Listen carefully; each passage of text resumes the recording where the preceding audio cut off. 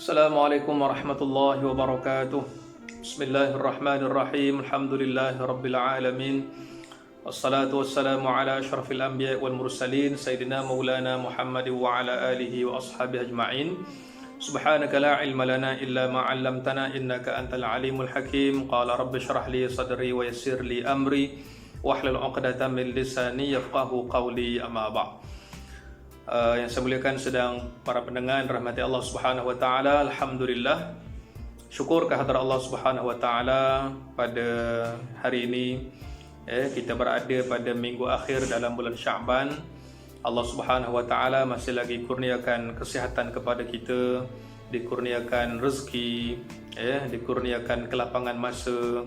Mudah-mudahan apa yang selalu kita pun kepada Allah Azza wa Jalla, Allahumma barik lana fi Sya'ban wa ballighna Ramadan.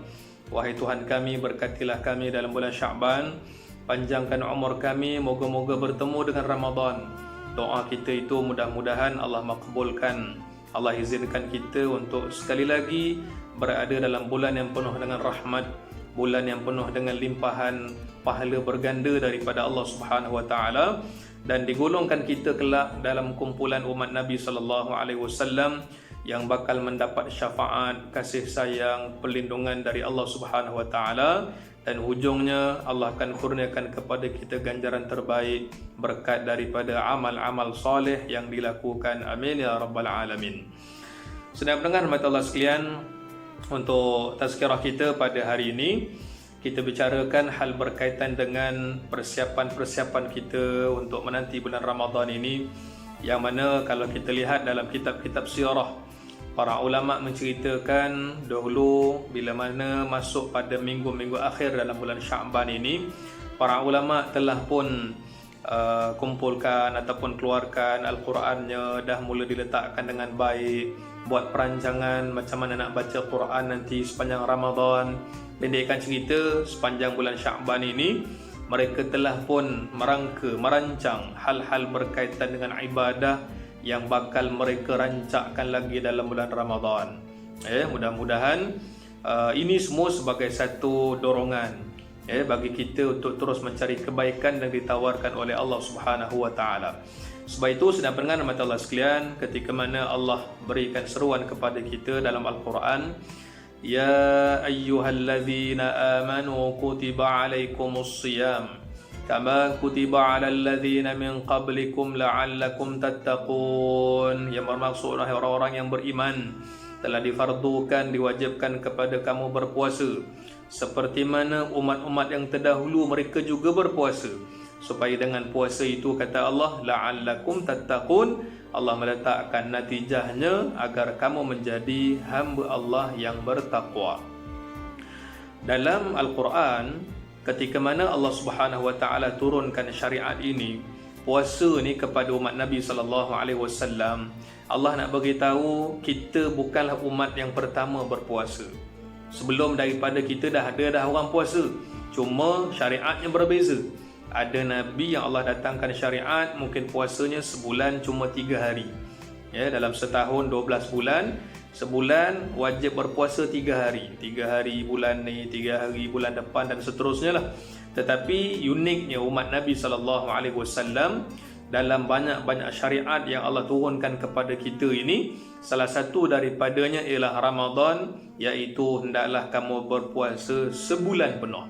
Sama ada 29 hari ke 30 hari ke, tapi inilah bulan yang kita berlumba-lumba untuk melipat gandakan lagi amal kebaikan kita, agar kita tidak tercicir daripada golongan orang yang mengejar tawaran-tawaran istimewa daripada Allah Subhanahu wa taala. Sebab itu bila ayat ini Allah turunkan kepada baginda Nabi sallallahu alaihi wasallam, Allah ceritakan berkaitan dengan kelebihan, Allah ceritakan berkaitan dengan tujuan kenapa kamu berpuasa. Lebih-lebih lagi kalau kita merhatikan dalam Al-Quran, tuan-tuan sekalian, Ramadan merupakan satu-satunya nama bulan yang terdapat dalam Al-Quran. Dalam 30 juzuk yang kita baca itu, 114 surah, 6,236 ayat, kita cuma jumpa perkataan Ramadan sekali je.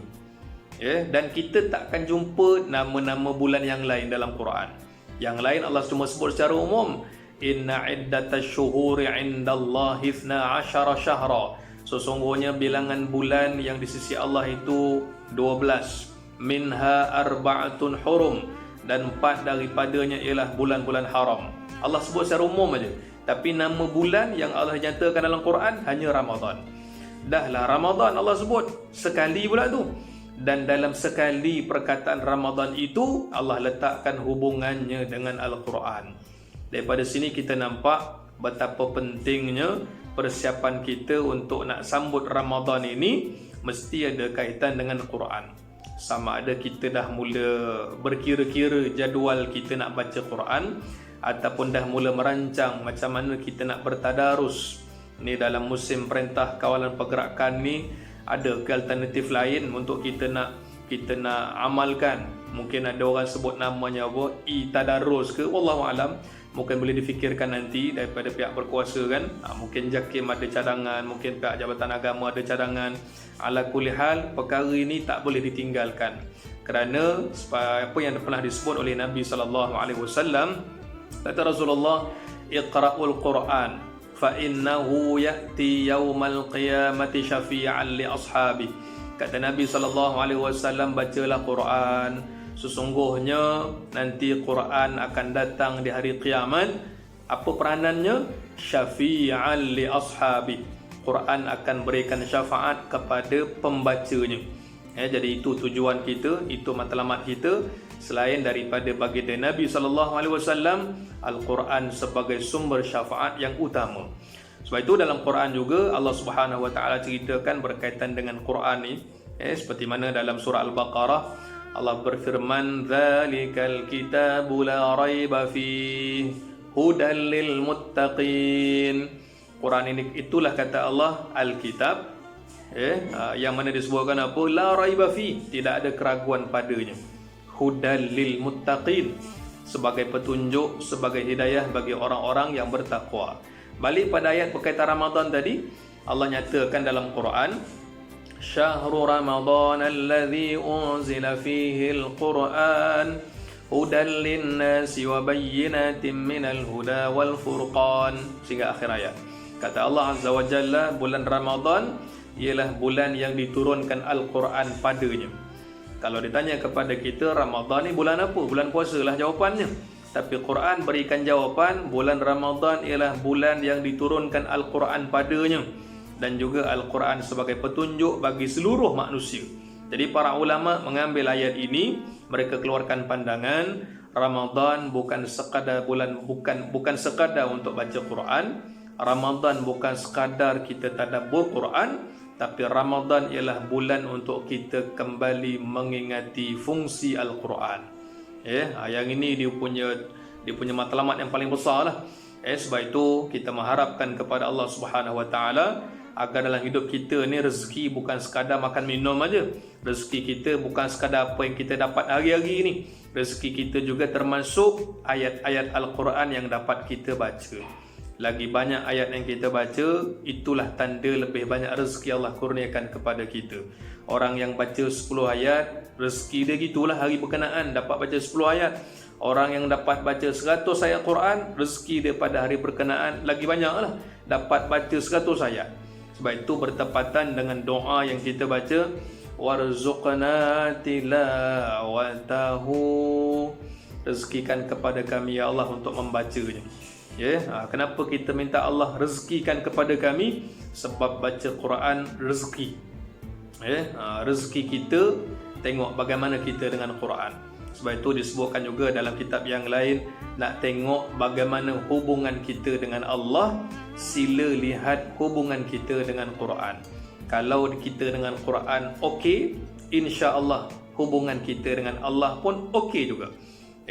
Jadi itu yang boleh kita lakukan, itu yang boleh kita amalkan. Ambil peluang sementara kita berada dalam PKP ni, musim PKP yang selama ni tuan-tuan sekalian, kalau datang Ramadan, mungkin kalau di Johor kita hanya cuti 1 Ramadan lah, 2 Ramadan kerja, 3 Ramadan bekerja macam biasa dan sebagainya. Mungkin kita kata kesuntukan masa nak penuhkan Ramadan dengan ibadah ni, dengan kerjanya lain, balik kerja lewat dan sebagainya. Tapi untuk kali ini Allah bukakan peluang seluas-luasnya. Apa lagi alasan yang kalau kita nak sebut? Oleh kerana dulu kamu nak masa, hari ni aku dah bagi lagi dah. Kamu yang terbaik masanya lebih banyak. Kamu boleh baca Quran banyak-banyak, kita boleh beramal banyak-banyak. Kerana ini semua bergantung kepada usaha kita, keazaman kita sejauh mana dapat kita optimumkan masa kita ini, penuhkan masa kita dengan baik, agar hujung Ramadan kita harapkan insya-Allah dengan persiapan yang rapi ini Allah akan kurniakan kebaikan bagi kita dunia dan akhirat. Jadi insya-Allah semoga tazkirah bagi siri yang pertama ini Allah Subhanahu Wa Taala bukakan pintu-pintu kebaikan bagi kita, masukkan kita dalam kalangan hamba-hamba Allah yang direzekikan untuk baca Quran lebih banyak pada Ramadan kali ini, dan insya-Allah nanti di hari kiamat akan bersama dengan baginda Nabi kita Muhammad sallallahu alaihi wasallam. Mudah-mudahan dapat manfaat. Wallahu a'lam bissawab. Aqulu qawli hadza, astaghfirullahal azim li wa lakum. Assalamualaikum warahmatullahi wabarakatuh.